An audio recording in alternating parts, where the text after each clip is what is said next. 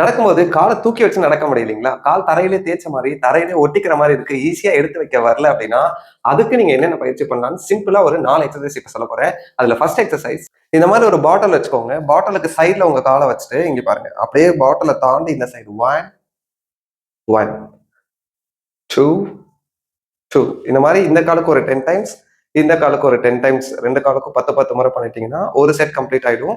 ஈஸியா இருந்ததுன்னா, இன்னொரு முறை திரும்பவும் ஒரு 10 முறை 2 காலுக்குமே இந்த எக்ஸர்சைஸ் பாட்டில தாண்டி தாண்டி 2 சைடு வைக்கணும். ஸோ இது முடிச்சிட்டீங்கன்னா, செகண்ட் எக்ஸர்சைஸ் 2 கையும் சைடுல நீட்டிக்கோங்க. உடம்போட வெயிட்ட வந்து ஒரு சைடு நம்ம இப்ப சாய்க்க போறோம். இங்க பாருங்க இந்த மாரி. இப்படி உடம்ப சாய்க்கும் போது கால் எவ்வளவு தூரம் மேல வருதோ வரட்டும். இது ஒரு முறை. நீங்க வெறும் காலை மட்டும் இப்படி தூக்கி தூக்கி பண்ணக்கூடாது. ஜஸ்ட் பாடி எவ்வளவு நம்ம சாய்க்கிறோமோ அந்த அளவுக்கு கால் மேல வந்துட்டு உடம்பு நேராகும் போது காலும் கீழே வச்சிடணும். இது ஒரு கவுண்ட். அது மாதிரி இந்த சைடு இப்படி பண்ணீங்கன்னா ஒரு கவுண்ட். ஒரு சிலருக்கு லேசா தான் சாய முடியும்.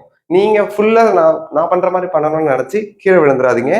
லேசா உங்க கண்ட்ரோல் எவ்வளவு கிடைக்குதோ அவ்வளவு தூரம் நீங்க சைட்ல சாஞ்சாலே போதும். கையை நீட்டிக்க முடியலன்னா இடுப்புல வச்சுமே நீங்க வந்து பண்ணிக்கலாம்.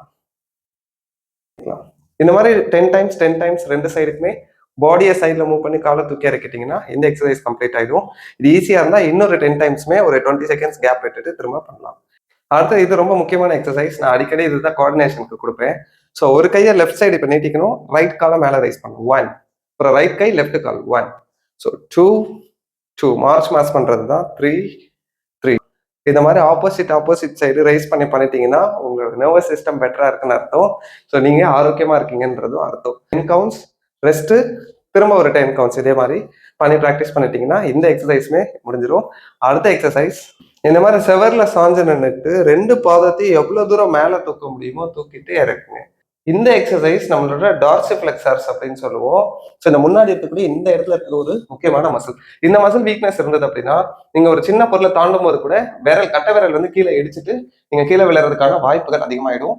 அதை நம்ம குறைக்கிறதுக்கு இந்த ஒரு எக்ஸசைஸ் நீங்க ரெகுலரா பண்ணி இந்த மசில் ஸ்ட்ரென்தன் பண்ணிட்டீங்கன்னா உங்களுக்கு ஹெல்ப்ஃபுல்லா இருக்கும். இந்த மாதிரி 10 டைம்ஸ் தூக்கி இறக்கிட்டீங்கன்னா ஒரு செட் கம்ப்ளீட் ஆயிடும். ரெஸ்ட் எடுத்துட்டு திரும்ப ஒரு 10 டைம்ஸ் இதே மாதிரி பாதத்தை மேல தூக்கி இறக்கணும்.